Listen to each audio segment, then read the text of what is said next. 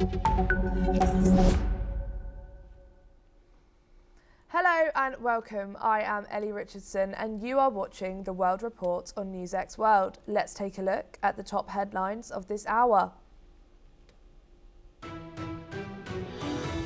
Israel says its military recovered the remains of the final Gaza hostage, Ran Gavil. US President Donald Trump hailed the mission on his Truth Social account.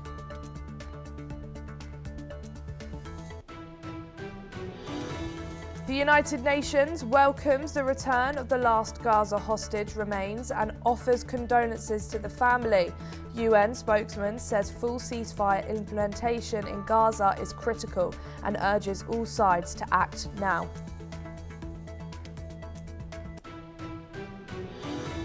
US President Donald Trump raises tariffs on South Korea autos, lumber and pharmaceuticals to 25%.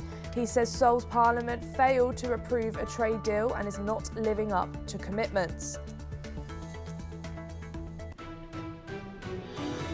Minneapolis Mayor Jacob Frey says some federal immigration agents will begin leaving the city from Tuesday. This follows a call with President Trump, where Mayor Frey says the president agreed the situation cannot continue and that progress is now underway.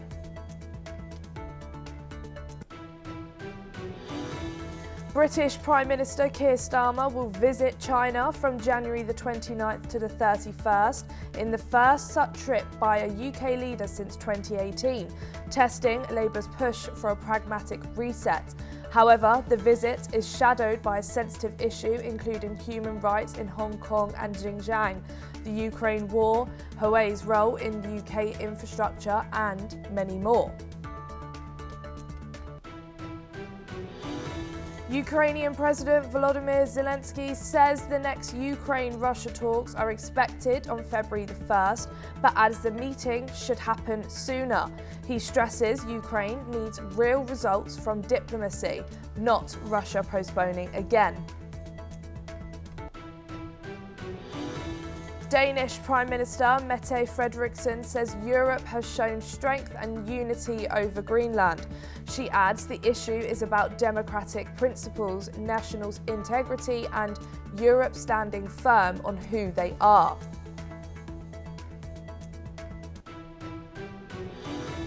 French National Assembly approves a ban on social media for children under 15, citing mental health risks and online bullying. President Macron hails the ban as a major step.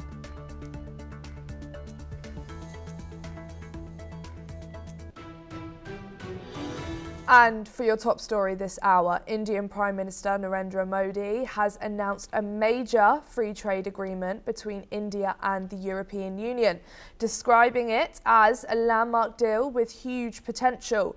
The agreement is expected to create significant opportunities for people in both India and Europe, strengthening economic ties between the two regions. Modi highlighted that the deal represents a quarter of the global GDP and a third of world trade, showing the scale of this partnership. He also noted that the agreement complements other trade deals with Britain and the EFTA, reinforcing India's commitment to democracy, rule of law and strong global economic partnership. After nearly 2 decades of negotiations, India and the European Union are all set to announce the historic trade deal today at the 16th India-EU Summit. The summit will be co-chaired by the President of the European Council, Antonio Luis Santos da Costa, and the President of the European Commission, Ursula von der Leyen, who are presently on state visit and attended India's 77th Republic Day ceremony as chief guests.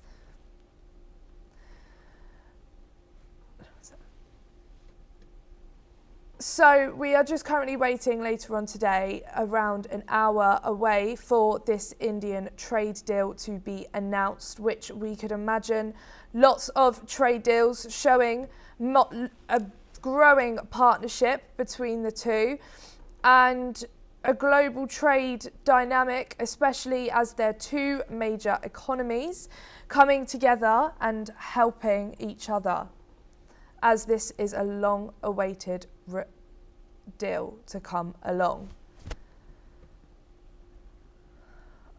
After nearly 2 decades of negotiations, India and the European Union are all set to announce the historic trade deal today at the 16th India-EU Summit. The summit will be co-chaired by the President of the European Council, Antonio Luis Santos da Costa, and the President of the European Commission, Ursula von der Leyen, who are presently on a state visit and attended India's 77th Republic Day ceremony as chief guests. We should be now being joined by Jajit Bhattacharya, who is an economist and finance expert in our NewsX newsroom right now, reporting. Thank you so much for joining us today here on NewsX. So how might this free trade agreement between India and the European Union reshape trade dynamics, especially among major economies?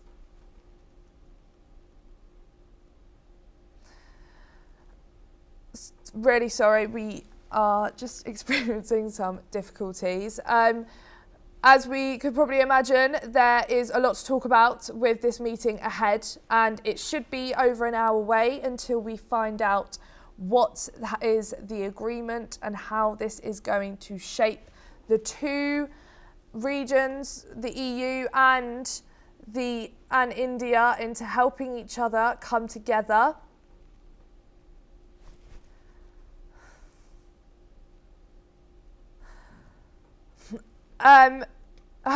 As we can hopefully see, there will be some economic and political benefits between the two, and this agreement could influence India's broader foreign policy and partnerships.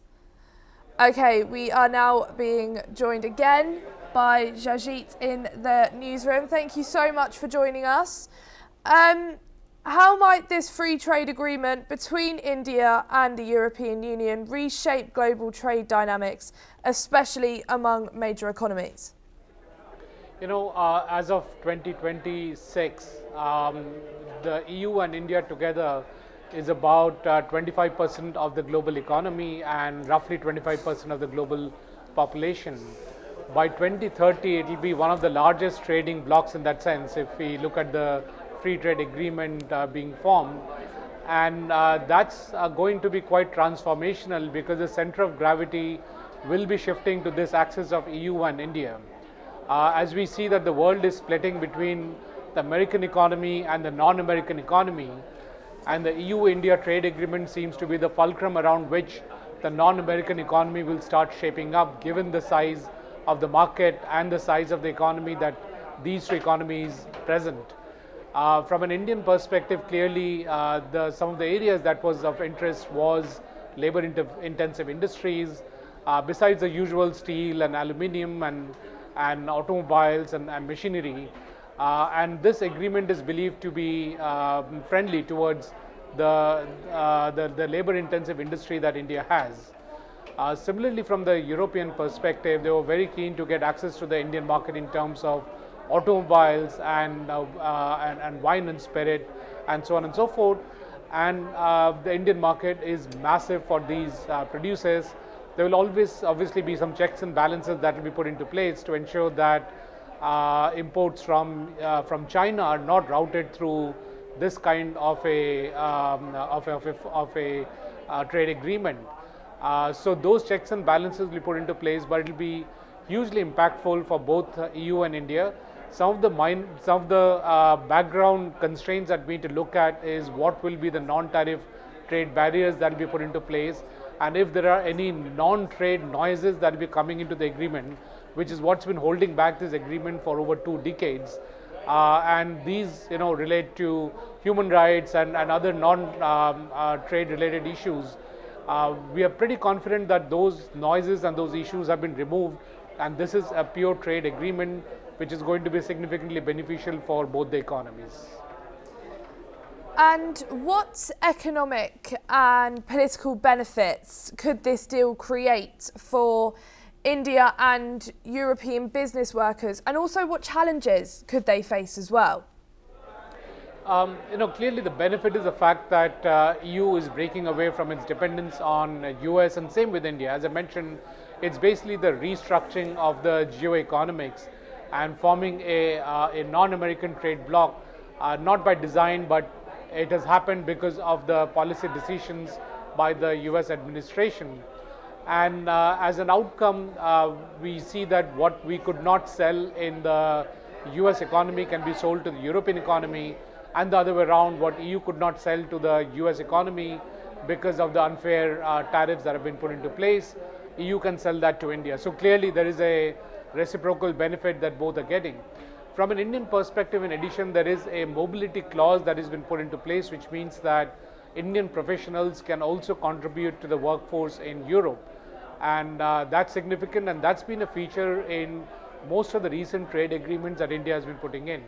Also, I believe that if it's if it has borrowed from the previous agreement that has been signed with Switzerland and Liechtenstein, then there will be an element of investment from the EU into India, and EU is already one of the largest investors into India, so that will give a fillip to the Indian economy, and that will also give access to the European Union into the Indian economy. So that's going to give a huge fillip to the European economy. Thank you, Jajit. Don't go anywhere, as we will come to you a bit later. US Treasury Secretary Scott Bessent says that Canada's Prime Minister Mark Carney walked back comments he made at Davos after a phone call with US President Donald Trump. Bessent added that Trump spoke directly with Carney, who aggressively reversed some of the remarks he made about the global rules-based order. Carney had urged nations to accept the end of the global order and said middle powers must act to avoid being on the menu. His remarks received a standing ovation in Davos. Trump responded by revoking Canada's invitation to his Board of Peace and threatened tariffs on Canadian goods if Ottawa moved forward with trade deals with China. Bessent added that Carney's move was crucial, calling Canada dependent on the US and warning that any additional tariffs would be disastrous. The Canadian Prime Minister had recently visited China to reset trade ties with Ottawa's second largest partner. We are now being joined back by Jajit in the newsroom. Why do you think Prime Minister Mark Carney stepped back from his Davos remarks after speaking with Donald Trump? I'm not entirely sure whether that's really what happened, because the credibility of the US administration officials have been come under scrutiny recently. We have seen that video proof of their view of what happened in Minnesota, where unarmed or peaceful protesters has been killed, has been the video proof has been contrary to what the US administration officials have been saying. And there have been multiple such instances where the credibility of what the US administration says has been a big question mark. So if did the Canadian Prime Minister really walk back or didn't walk back on his comments that he made in Davos is not something that we are really sure about.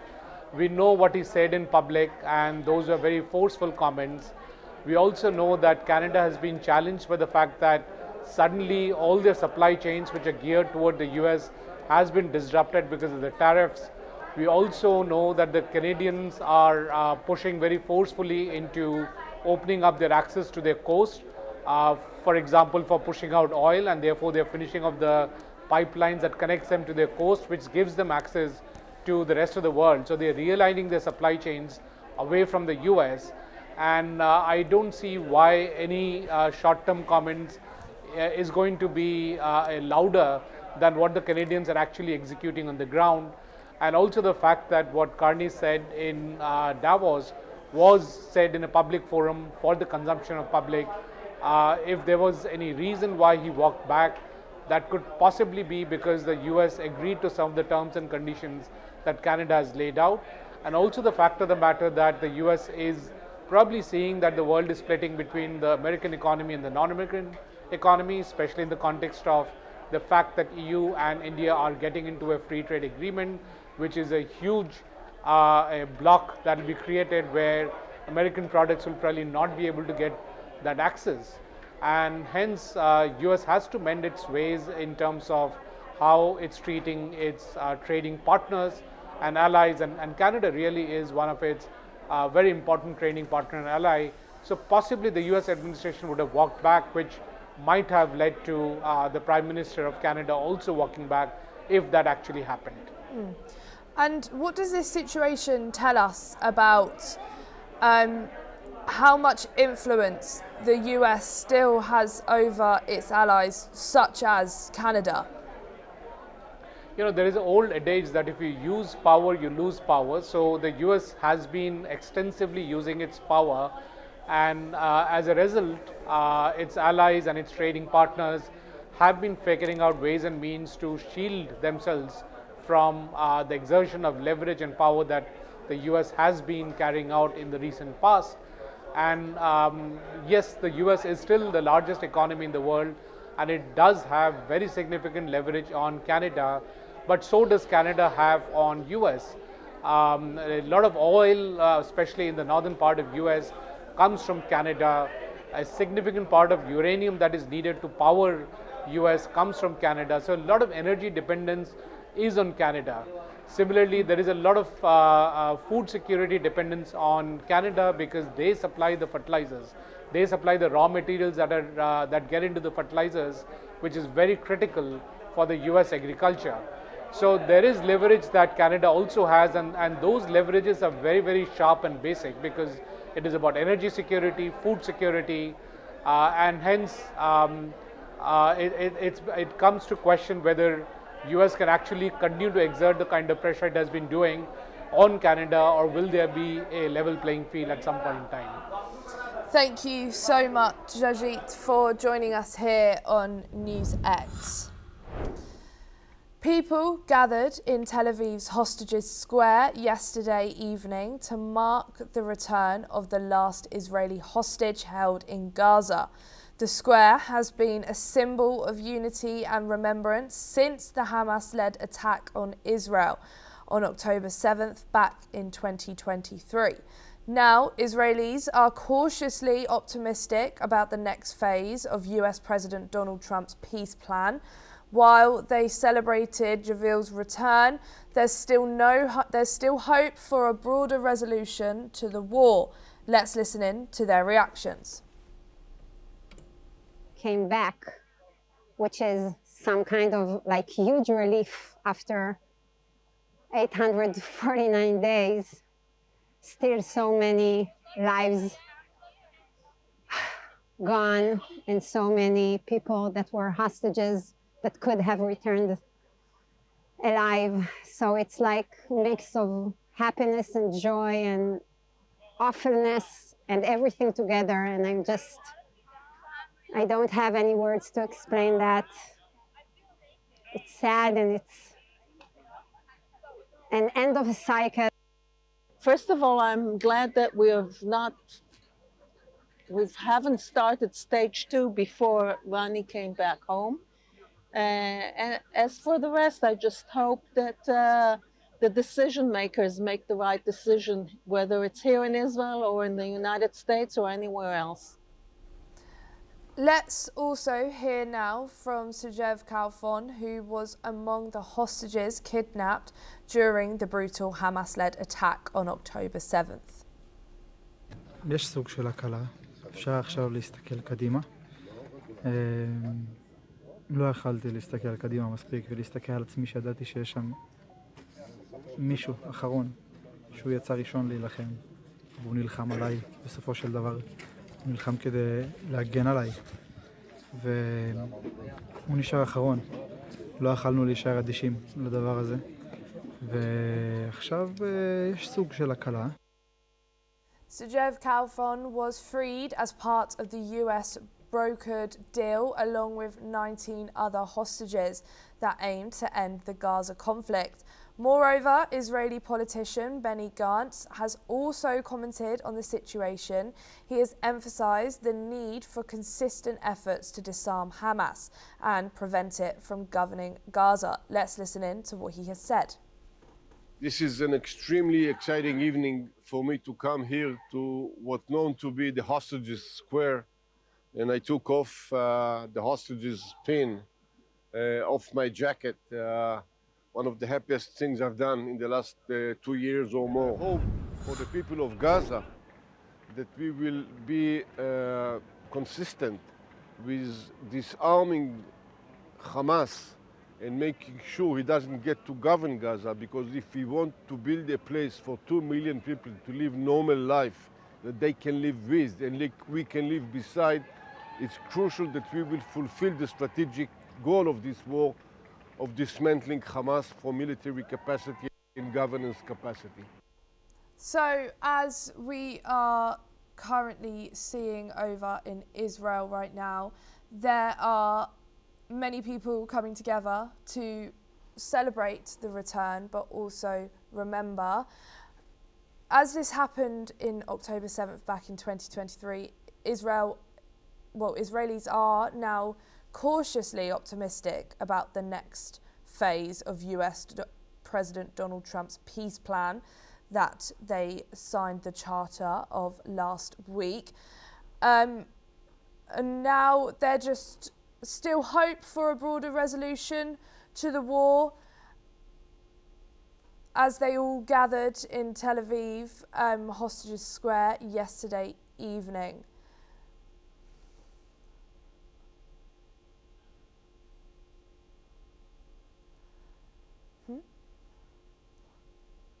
We are now being joined by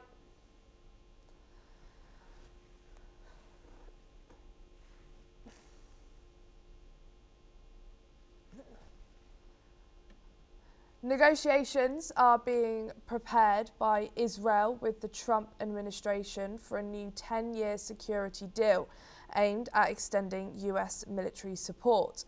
Meanwhile, Israeli leaders are planning for a future with reduced reliance on billions of dollars in American cash grants.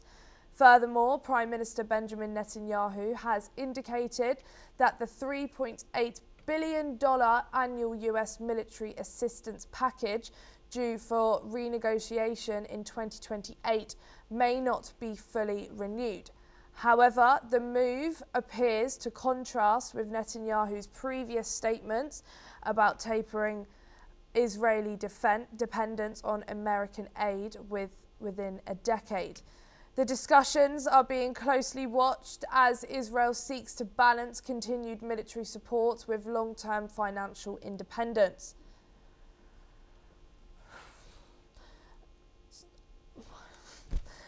As negotiations are currently being sorted out between Israel and Trump, they are looking for a 10-year security deal. US memory chip maker Micron Technology is planning a $24 billion chip manufacturing plant in Singapore. The move comes amid a global shortage of memory chips driven by soaring demand for AI and data-focused applications. Micron says the new facility, to be built over the next decade, will expand production of NAND memory chips. The company already makes nearly all of its flash memory in Singapore and is also building a $7 billion advanced packaging plant for high bandwidth memory set to begin production in 2027. Micron says these projects will help meet growing global demand and strengthen supply chains for AI and technology applications. That's all we have time for. Keep watching NewsX World for more news updates from around the world.